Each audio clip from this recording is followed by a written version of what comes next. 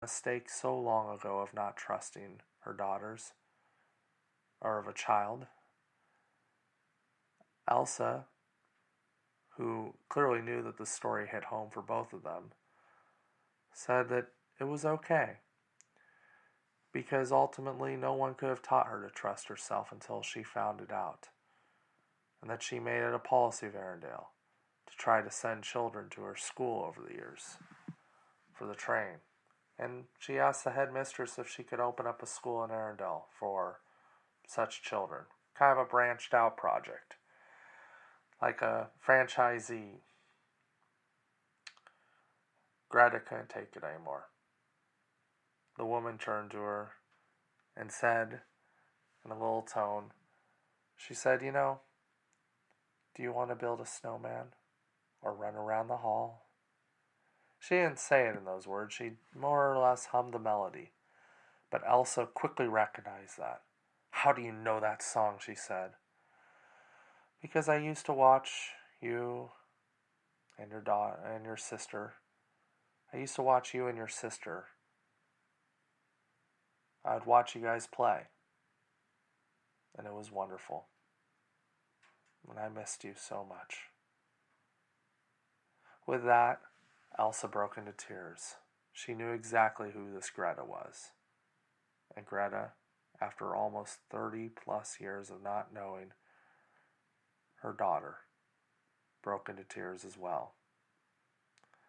The two women had a hug, Greta having to remind her daughter that she was of advanced age and probably couldn't be squeezed so tight.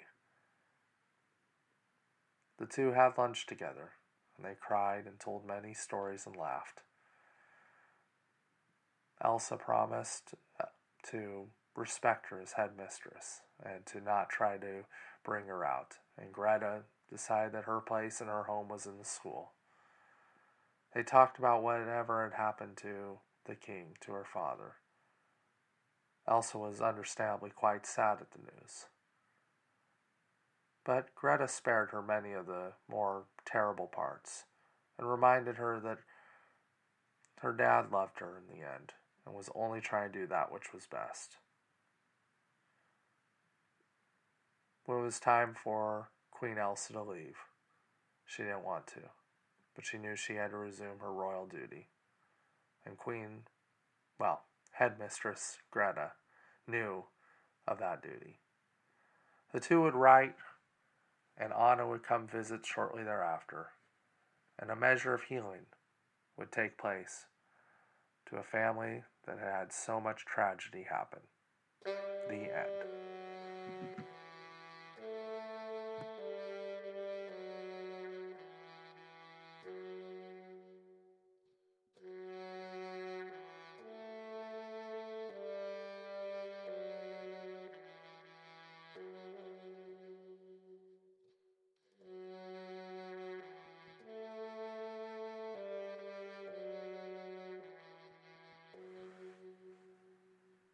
I really want to, again, pour my heart out and say thank you to you for making it through the podcast.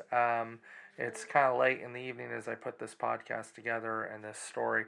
But what I was trying to talk about and trying to weave this together was, I think that the power of if you go with the story, and obviously the official canon is that they die at sea, and that's perfectly fine. But in this alternate universe that has been constructed on the internet and that I've had some embellishment to, I think that the heart really of the story does rest with Iduna, because I don't think she was given a whole lot to do in the Frozen movie.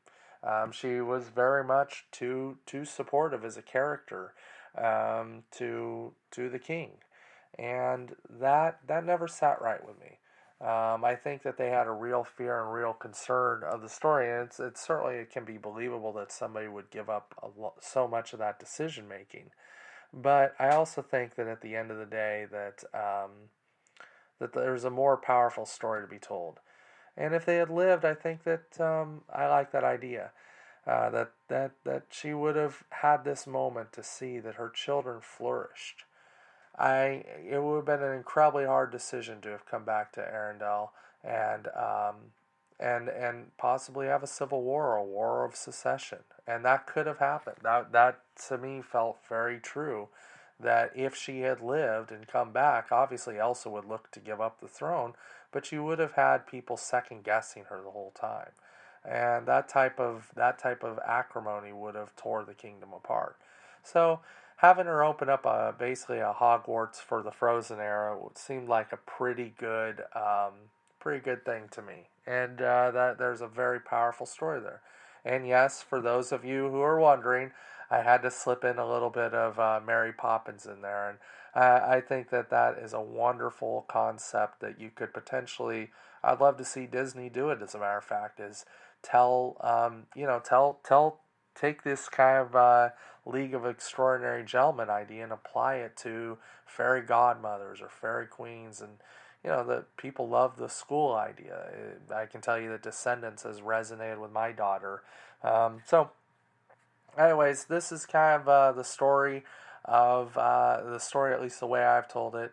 It is a story of trust. It's a story of learning to trust your children and learning to trust the people around you to do the right things. And and I think that at the end there was some real peace and love and happiness that would conclude their story. I needed a happy ending for Iduna. If you're going to bring her out, if you're going to have them live. I did not like the supposition that they would live just to be killed by a jaguar. That was part of the theory to make it all work. I wanted to tell a little bit of a different story. I also felt that if you're going to have a storm in the water, if you're already going to go to the trouble of including Ariel and your Triton and some of that stuff, you've also got to have it play. And again, none of these timelines match up, of course, but you have to have it play that in order for this wild theory to work, that Iduna would have treated with Triton in a matter of potentially a new Cold War breaking out, and also having a play being done towards Ursula trying to buddy up, and that this could have been plausibly a reason why she was expelled. All this stuff is fantasy and imagination. So cave dwellers out there, and I call you cave dwellers because we're in the cavern of story. Please, please, please, come up with your own. This is not perfect, and feel free to talk with me about character motivations. I probably got some facts wrong. That's okay.